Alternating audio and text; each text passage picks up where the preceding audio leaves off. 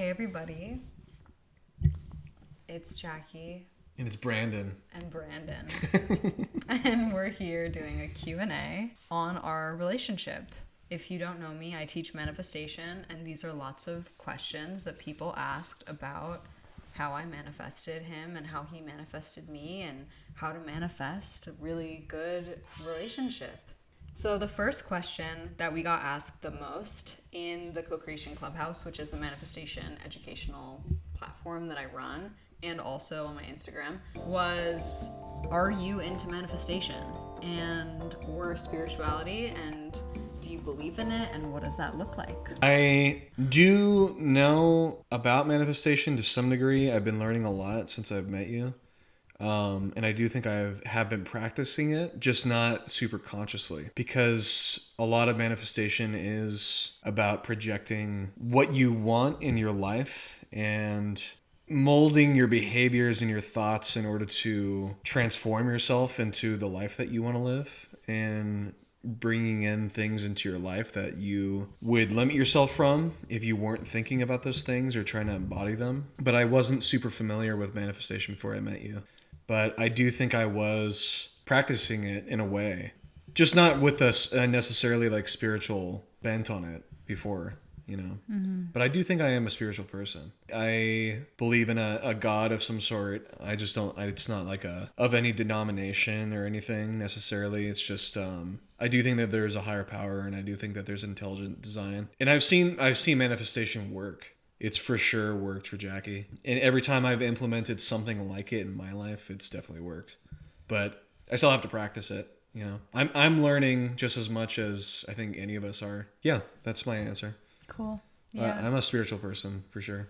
Definitely. The question that we also got was, like, do I teach him? Like, is he my student? And does he do the manifestation practice that I teach with my students and in the clubhouse? Like, kind of. Yeah. I definitely give you pointers. Yeah. I want to understand. Yeah. Yeah, and I give you access to, like, the lesson content. But I don't hold him accountable like I would with other students, because I don't think that that's healthy. I think that that's where it crosses the line into an art. Like, I'm wearing a hat that I shouldn't be wearing in the relationship, which is the hat of a teacher. Like a teacher is someone who not only holds people accountable, but is almost a little bit responsible for results and like checks people, and that's not like a role that I'm interested in playing in a relationship, because it's just not what I want. I want to be your girlfriend. Yeah, I don't want to be your teacher.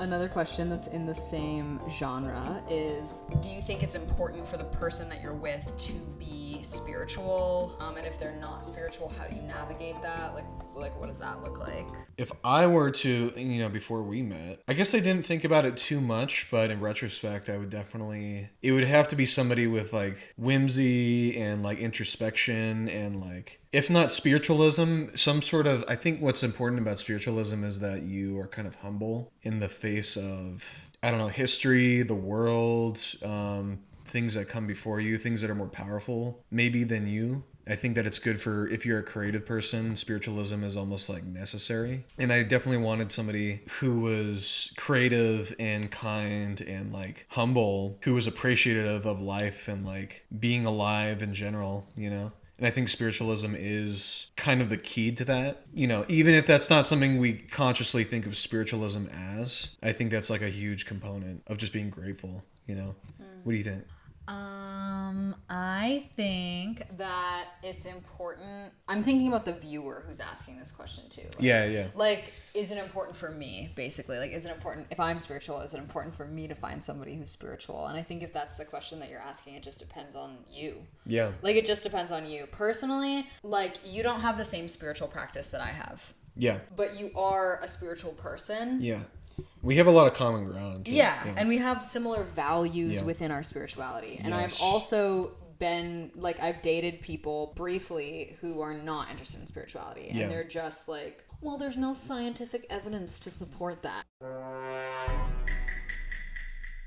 And, like, I could never be with someone like that personally. It's, like, too scrutinizing. It's too... Yeah. It's not... It's an integral part of who I am. Like, it makes me feel, like, unseen. So basically, that's a personal question that you need to self-reflect on. Like, could you ever see yourself with someone who doesn't have the same spiritual values as you? And if the answer is yes, then go for it. If the answer is no, then don't. But I would say personally, it doesn't matter to me if the person that I'm with, if you have the exact same spiritual practice that I have. It's just like, do we generally believe in the same things spiritually and have the same values? That's what's important to me. I agree. Yeah. Then we have this next question, which is, were you manifesting me? And since I was manifesting, not him specifically because I don't teach specific person manifestation, but I was manifesting a partner. So how did you feel about being an intentional manifestation? Well, I would say, like I said before, I didn't know exactly. I knew loosely what manifestation was before I met Jackie, and I knew it as law of attraction stuff mostly, which I definitely saw in my own life because I changed my life around with, health, and I had to, I got really into my creative side of myself and started taking care of myself a lot. And that required manifestation, even if I didn't call it manifestation. And as far as having a partner, having somebody to love in my life, I think I just became value oriented. That coincided with the manifestation thing. And I think that the more I introspected and I worked on my values and the integrity of my character, it was natural for Jackie to come along into my life. But how did you feel about me intentionally manifesting? Oh, right. You, but not you specifically. I think... Because I didn't know Brandon. Yeah. When we first met and started dating. I think there's something to it. I don't really know. But I do think that your practice is powerful. And I think you get what you want. I do. And I don't think it's coincidental. I just don't know. I think it's a mysterious thing. I think there's always something mysterious with, like, love, that if it's like a real love situation, there is always something mysterious at play. But yeah, I love it. I love it. I love it. The next question is, what makes our connection, what makes our connection feel special or different from past relationships? Well, there were a couple of things that I noticed in the beginning that were very different from other patterns that I'd experienced in other relationships. So one of them was that I didn't really want to know where it was going. I didn't have this like obsessive urge to know where it was going to go, which is interesting because I was manifesting someone that had a pretty clear outcome, like, getting married and having kids. And in past relationships, I would really obsessively be like pulling cards and like ordering synastry readings. And this one, when I met you, I was just like, I'm content. I just don't really want to know. I would say another thing is that it feels really easy. Like, so easy. Oh my gosh. Really all easy. of my other relationships have been like a month in, we're having like long, hard conversation. Like, that was never a thing. Yeah. Ever. In our relationship, it was never like we're really needing to like talk about stuff. Yeah. Like that. Just, we of course have challenges in general, but like it was never a struggle. It was very easy. And then I would also say, which I wouldn't like give this advice to other people because it could also be a red flag. Yeah. But you felt really familiar when I first met you. Like, it felt like I had already known you. It was very It easy. was electric. It was electric, but it also was very comfortable. I'm not usually that comfortable around people when I first meet them. And you just felt very comfortable. Thanks, honey. Yeah. Yeah, I agree. Yeah. What about you? I think we talked about this recently, actually. And it seems like an underrated, like maybe it doesn't seem that consequential, but our humor, like we both crack each other up. And I think that also is like surface level reflective of our values too, because we're both like really, I think that we share like a kind of like a similar perspective on things. Mm-hmm. And the humor is just like a surface level reflection of that. We also are really industrious people. I've never had that in a relationship. And it feels really good because we care about each other and our goals. And so we're like really productive about that. And we talk about it too. It makes me feel good because it's not only do we enjoy each other's company and we share values, but we're also like building constantly towards something. And I think that is like fundamentally different than other relationships I've had, you know. It's like it's even beyond comparison. I think it's very good. It's very healthy, yeah. Next question. How do we balance growing together while still growing as individuals? In order to grow together, you have to be an individual. There's not really any way to circumvent that. Because part of like we both had codependent relationships in the past, if I can mention that. No. Yeah, of course. And I think we both know how detrimental that can be, and we both have introspected a lot on that specific thing. You took a codependency class, I think. I was in Codependence Anonymous for 2 years. And that's a big deal. It's like, it's a real thing with people is that they lose their identity because they think of their partner as like a half of themselves. When really you're just coexisting with somebody else and you're like building something with them. They have strengths where you may have weaknesses. You have things that are complementary. And the way that that's achieved is by letting them be their own person. You don't try to suffocate parts of their personality. You want to like embolden what makes them special. And then you'll feel more confident as your own person too. It's a reinforcing relationship. And I think you just have to be conscious of that. What do you think? Do you agree? It was funny. My first instinct was probably to say you grow in the same direction together. Yeah. That like you just simply share common goals. But then also I would definitely agree that you just focus on growing yourself as an individual and then the relationship will inevitably flourish. Yeah. Every time that I get in our relationship or any relationship, but I don't really do it that much in our relationship, but anytime that I do start to get a little bit too like relationship focused and less personal growth focused, the relationship suffers. Yeah. Every single time. It's just you have to maintain your own personal growth, and that's actually what helps the relationship grow together. So I definitely agree. Do we create business or art together? Do we have combined purposes or separate purposes? We don't create business together. We make art together in a hobby, fun way. Yeah. We don't like have a business doing that together. I don't really want to. Yeah.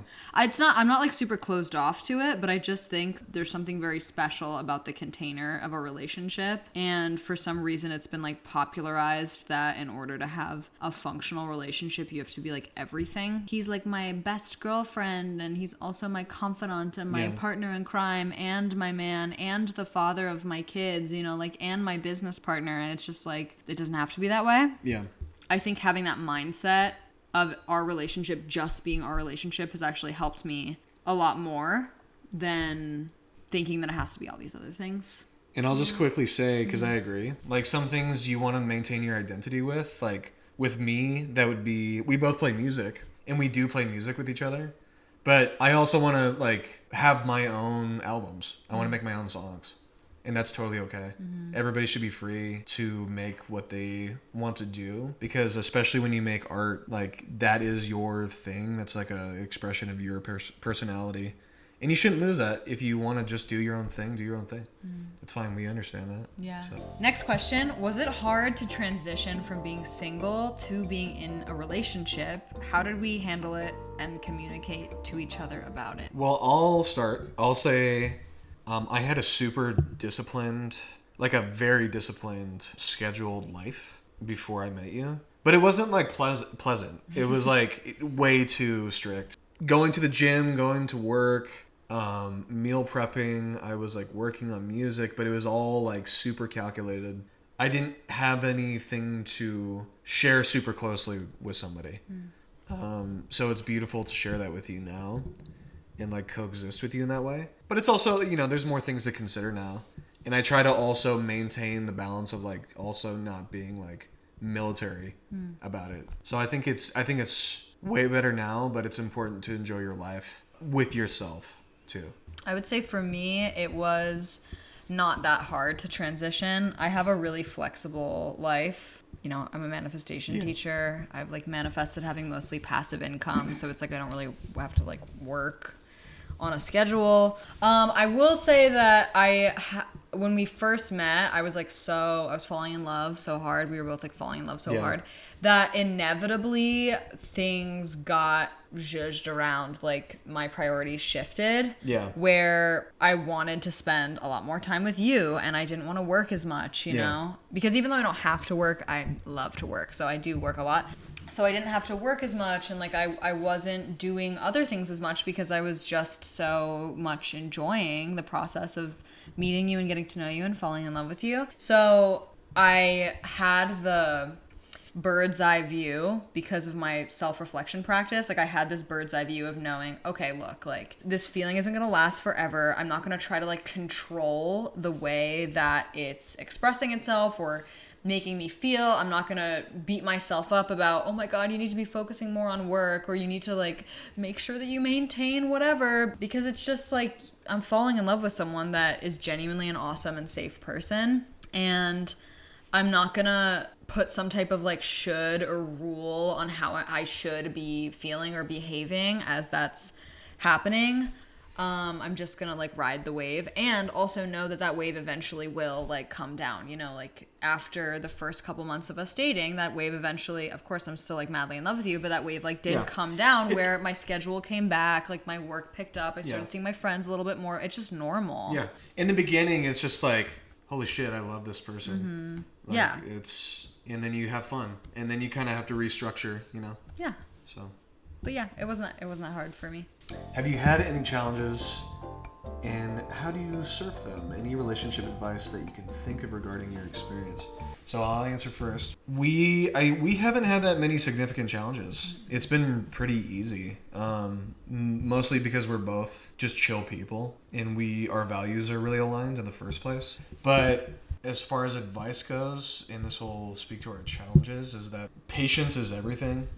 Everybody is hurt from their past in some way, and you have to not take things personally. You have to just talk about it. Because this happened, it wasn't even that big of a deal, I think, but I think last night I got offended over something because I felt rejected because I wanted to, or maybe a couple nights ago, I wanted to play music, and then you weren't digging like the jam or something, and like literally I got offended because of it, because I play music. I let it personally affect me. Like I let it be personal. And it doesn't have to be personal. It's almost never personal. It's because there's just a lack in communication, and you're feeling sensitive, and you have to like just give yourself grace, I think. And just be clear in your communication. Like be totally clear, because sometimes somebody's rolling with a different interpretation. Totally. You agree with that? Yeah, 100%. That's the two biggest things that I would agree with is also, don't take anything personally. Don't assume that when someone is bringing something up, it's a personal attack. A good viewpoint that you could have, or perspective that you could have when you're in conflict, is I assume that this person has like a good reason for everything that they're doing and saying. So like what might that reason be? Instead of just taking it personally, literally getting curious about like, what is this other person's experience? Why are they feeling that way? And wow, this is an issue for them, and how can we find a solution? Like that's the best mindset that you can have when approaching conflict. And then the other thing is totally being clear. Like be clear. Don't say things. This is actually like why that happened the other night. It was almost like what I said, the actual words that I used were me trying to, I don't know, frame my problem in a certain way that didn't feel good to you at all, simply because I wasn't upfront and direct and clear. I think I said like, sometimes, this is exactly what I said. I know what I said. I said, sometimes when we're playing music, I feel like we're not playing the same song.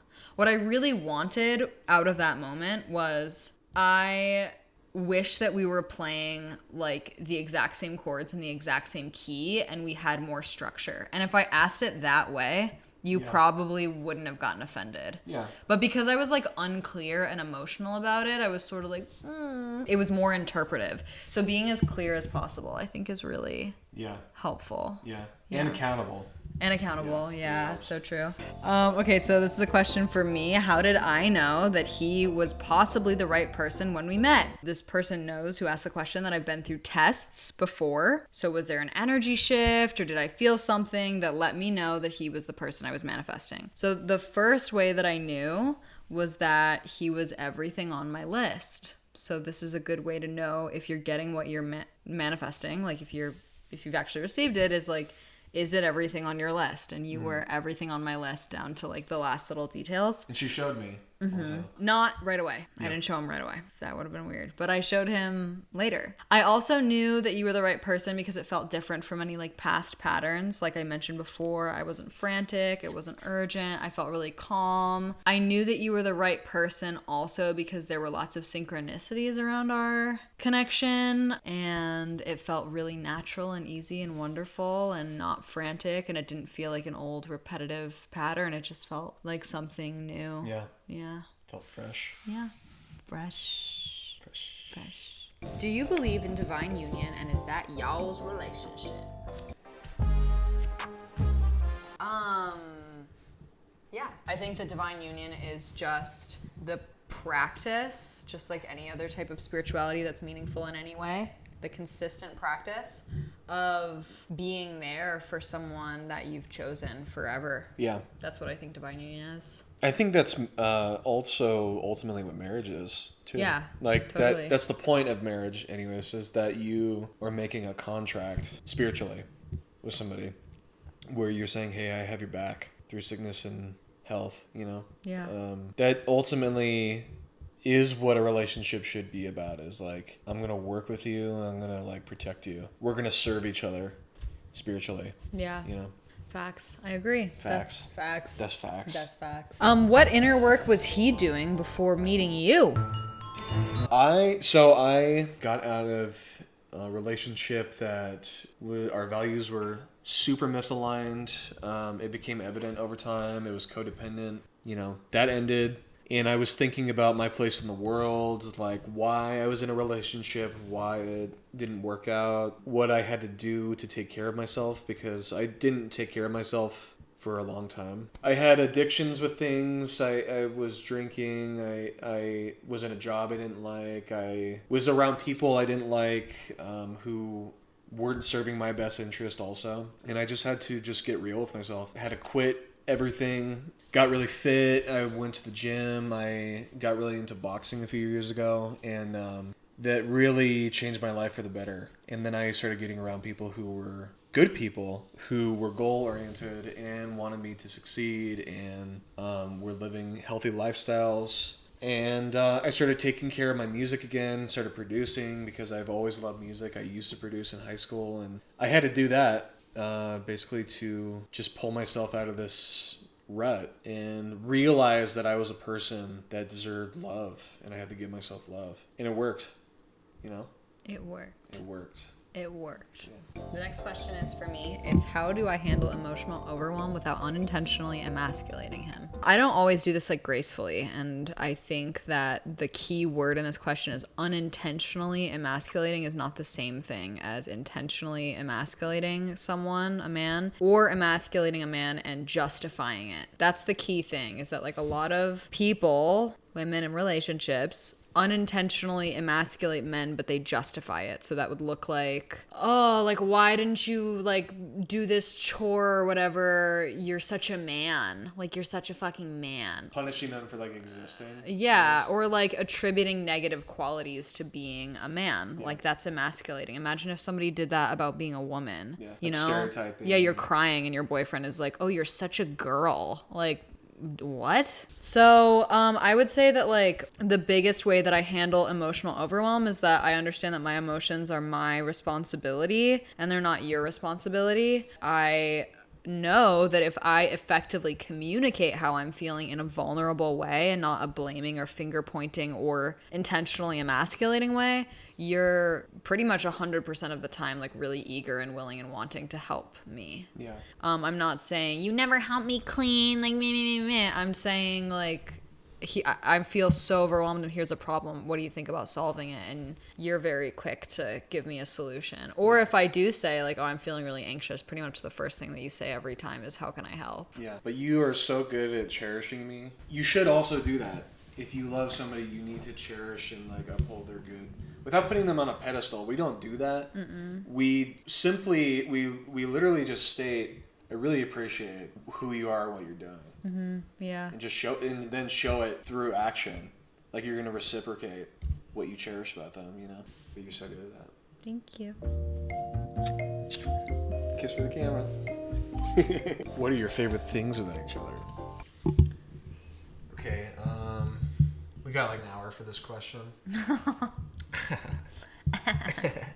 You are an incredibly inspirational person. Not just for everybody who follows you or listens to you, but I mean just like anybody in your life. Everybody that you meet, I think you make an impact on, and it's because you have a combination of being super easy to talk to, being charming, super funny, really pleasant. You have just a beautiful aura emanating from you. I think people know instantly that you're just a good person because it just radiates from you. It's like a truly good soul that you have. And I do really mean that. I do really mean that.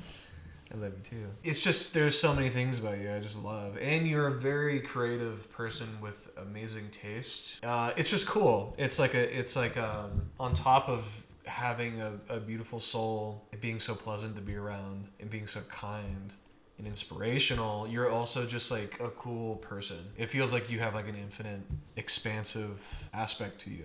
I love you. I love you too. My favorite things about you are... My left eye. I love his left eye. No, my favorite things about you are... I love your sense of humor. I think you're like... It's coming across a lot. Yeah, you're like the only person that I've ever met who has like the exact same sense of humor as me. I love how much of a warrior you are. You're like a warrior for yourself and for other people in your life. You're very heroic and valiant, and you're always looking for ways to help people and for ways to be solid for people. I love how moved you are by art. I love all of the ways that you enrich my life, almost like aesthetically also. You enrich my life with music and art and film, and I love that you feel so ethereal. There's like something about you that's so ethereal. We're really, really different people. I've really grown to appreciate how you teach me to be different. Like you teach me to be more patient because you're very patient. You think things through. You're also more comfortable in a lot of ways with almost like expansive and abstract energies that I feel like I don't always have access to. I have no water in my chart, by the way. So I'm like extremely earth sign, and like I'm very like cut to the, like, let's just, that's why everybody who watches this loves my manifestation videos and says, wow, you're so good at explaining. It's because there's nothing about me that's abstract. There's this aspect of you that's so Piscean, dreamy, ethereal. Like he's a Pisces. It's like you have access to realms of artistry that I love. And I also love how much you love. Thanks, honey. You love so well, and you're so loving. Okay, next question. Wait, I knew that this was the guy, but did that ever waver? Any doubts after we got together? For sure. Like, for sure.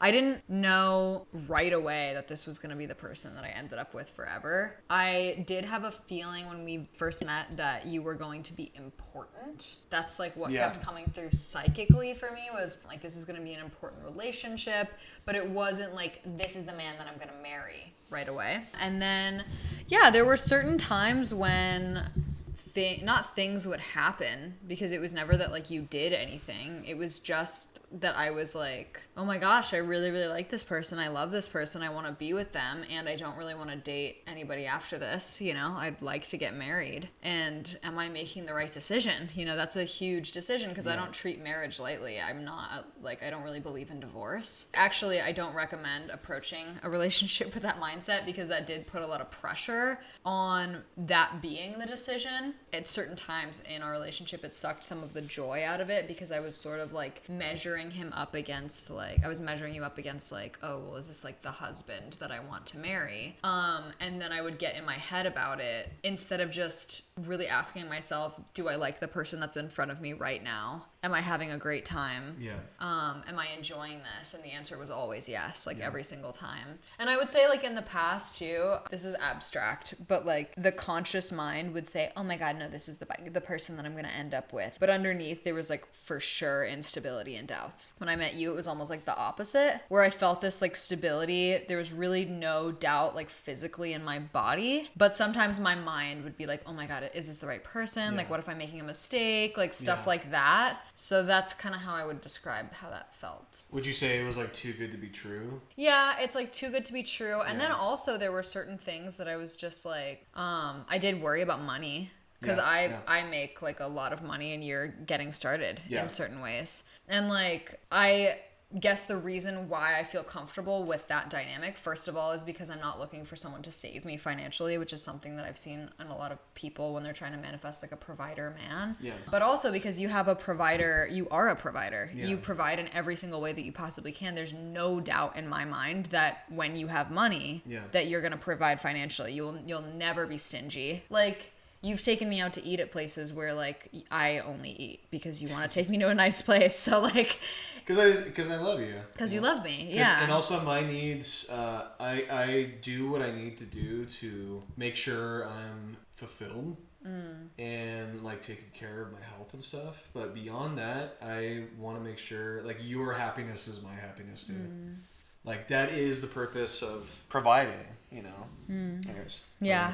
No, that's okay. But I just think that that's like really the only thing that I had like a conscious actual doubt about that wasn't it's too good to be true. And I would say that a lot of that I would attribute to watching too much shit on TikTok that's like, if you don't have a man who's like a millionaire, then you're a low value woman, which is like basically trash. Yeah. It's superficial at least. It's super superficial, you know. If you want that type of relationship, then that's like fine, but I'm not really looking for that. I'm looking for like a partnership. Okay, next question. How did we get to know each other? Or what was our first encounter? I have a whole 40-minute video on how we met and our first encounter, so go watch that. But as far as like how we got to know each other, that could be helpful for people. The first thing we really connected on, I think, was humor. It was like that music. The moment you stepped foot in my car, I put on like break beats. Not a super popular genre or anything, and like you thought it was cool. But we started talking, and then there was all these like synchronicities. We both knew somebody, for instance, who not a lot of people know about. It's kind of a niche thing, and like we happened to be in the same sphere without even knowing who we were respectively. And so we were kind of just talking about that, and I think a lot of synchronicities kept popping up, and I think that we just really enjoyed each other's humor, and then we started connecting emotionally on our life stories, basically the path that we were both on. I think the very first time we actually went on a date and you were explaining what your work was, and I said, so basically the most important work you did say that you could do in life, which was, you know, her explaining manifestation and everything. But I think you said something making peace with your inner child. And we were talking about like making peace with your past. Yes, which I think is critically important, and I think that we branched off from there, emotionally connecting over that, because I think that's like a core value thing. First date was sweet. It was great. It was perfect. We had an amazing first date. I pretty much knew that I liked you a lot right away. Yeah. I would also say that how we got to know each other on a really like practical viewpoint. We didn't text a lot. No. That was super different from every other person that I've ever been with. I used to be like always texting back and forth, texting, and so anxious when they weren't texting me back, so annoyed. Yeah. Never felt that way with you. We never texted, and I never was like, what's he doing? Oh my God. Like, where's his text? I was just like, I just felt totally like trusting, I guess. We kept it very in person. Yeah. And then, when you wanted to see me, you would always take me out on dates. I never had to ask to go out on a date. I never planned dates. You always planned dates. We probably went on like a date, 1 to 2 dates a week. Yeah. In the beginning. Yeah. And then by month like 4, we were hanging out like 3 times a week. And I guess this is actually pretty like important to mention. We were not intimate for the first like 2 months of our relationship in any way. I mean, we like kissed, but Yeah. nothing more than that. I think that was a really important decision so that I could keep my head straight about it. Everybody should try that. Everyone should do that. Because then it's like you're moving past just lust or whatever. You're like actually like finding out if you guys really like each other. Also, I'm like, what are the other logistical things? We didn't move in together. We don't live together even now. Yeah. We'll move in together when my next manifestation happens. Is it a secret? Yeah.